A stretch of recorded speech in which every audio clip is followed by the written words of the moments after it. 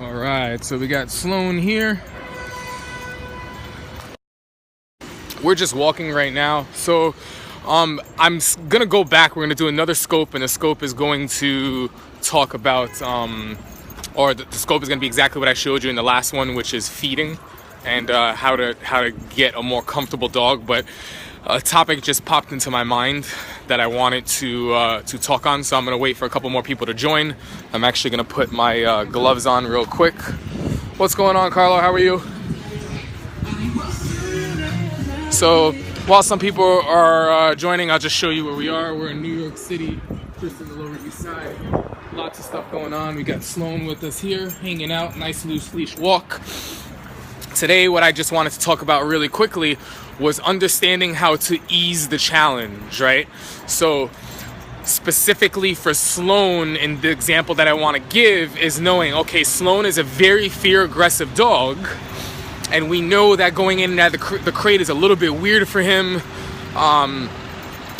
We know that there's going to be a camera, and all of a sudden Andrew's back there. Things are going to be weird when the dog is coming out. So when you have a very nervous, fearful dog, those types of dogs don't tend to just freely take food, right? So in a situation where I know, okay, I want to challenge a dog in the area that they struggle in, before doing that, how can I get them into a state of mind? Check out this artwork real quick. Isn't that pretty cool? How can I get them into a state of mind that's a little bit more lax, so that we have a better shot of like Sloan being like, hey, yeah, like I'll take food.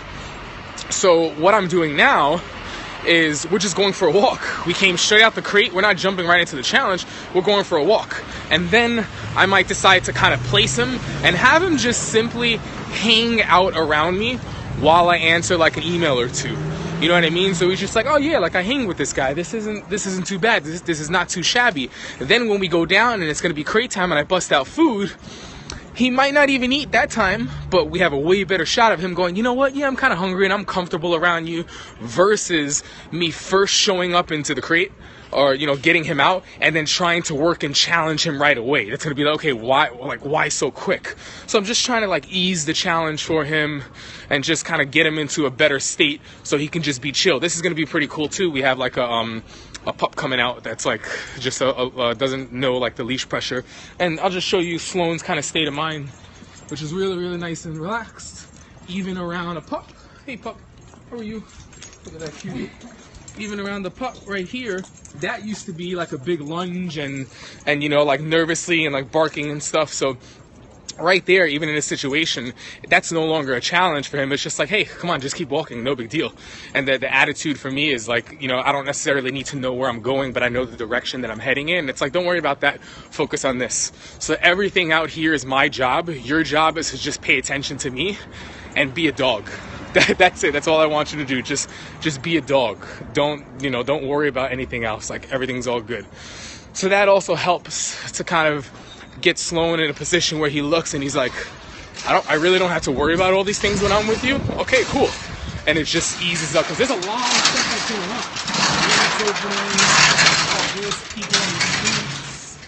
on. You know, so we're just teaching him, hey, when you're with me, I got you, buddy. All right, focus on me. I got the rest of the world.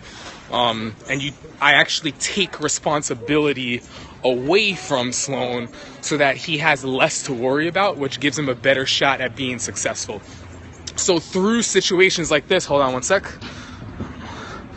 Through situations like this, it gives me a really fair shot, or a better chance of Sloan trusting me and going, you know what? I'm nervous about a lot of things, but what's up, brother? But around this guy, I can trust him. You know, even like everything, UPS, FedEx, sanitation, you know what I mean? So this is kind of how it's looking. If I want to go ahead and turn around, a little bit of leash right here, even around somebody here, bring him this way, right there, a little bit of nervousness, I could put him into a sit. Good job. And it's just, I'm not like overwhelming him with like, oh, you're doing so good, and trying to hug him and like do this. It's just like, hey man, this is life. You want to come hang with me? This is what I'm doing right now. And it's like, you know what? I kind of enjoy being around this guy. He doesn't pressure me too much, and because the thing, this is the thing. New York City is already enough of a pressure. I mean, like, look at all this stuff.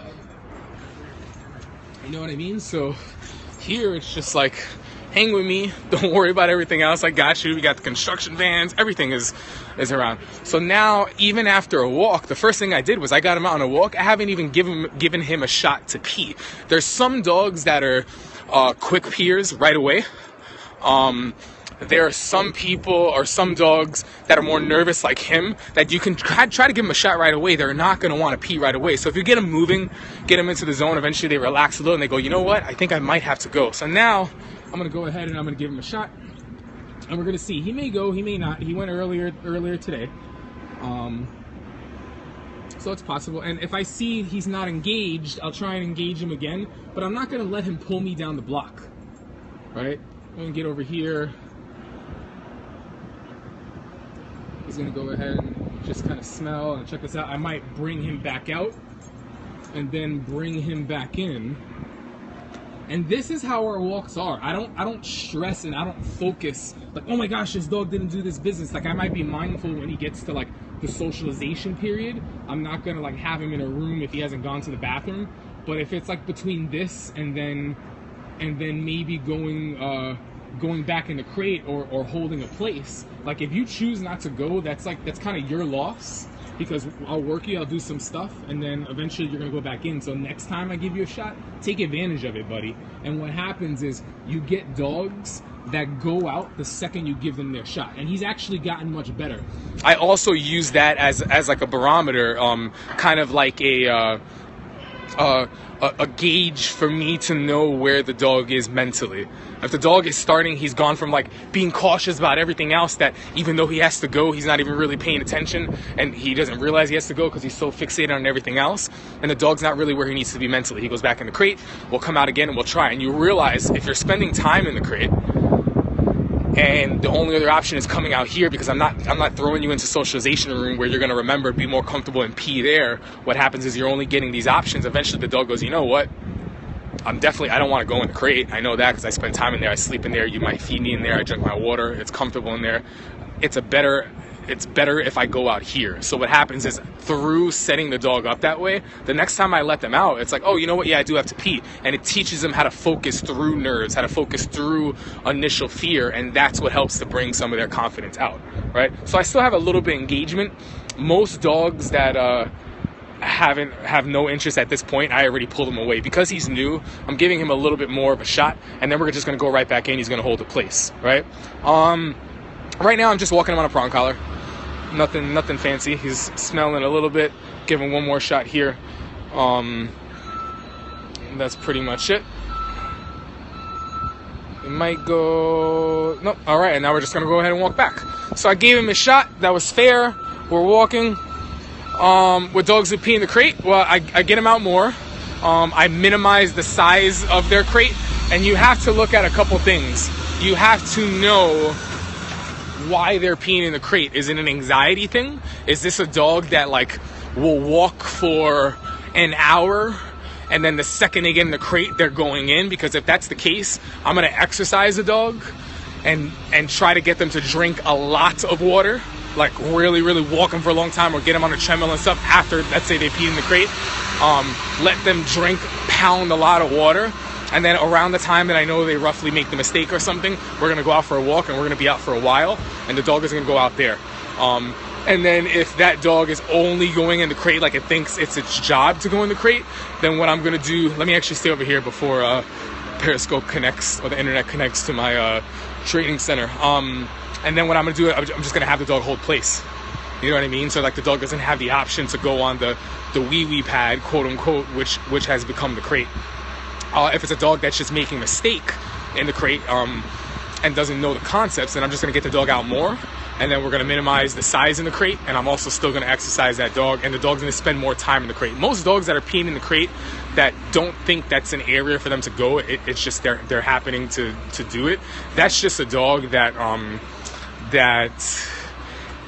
damn, I lost my train of thought. Most dogs that are doing that, that's just a dog that is not spending enough time in the crate. They don't sleep in the crate. They don't do this in the crate. They only get, you know what I mean? So it's a little bit of a different pattern. So we're going to end this scope here. I'm going to have him hold the place for a little bit, and then I'm going to jump into the scope where we try to see if he's going to accept food, and that's how he's going to work for his meal. All right, guys, later.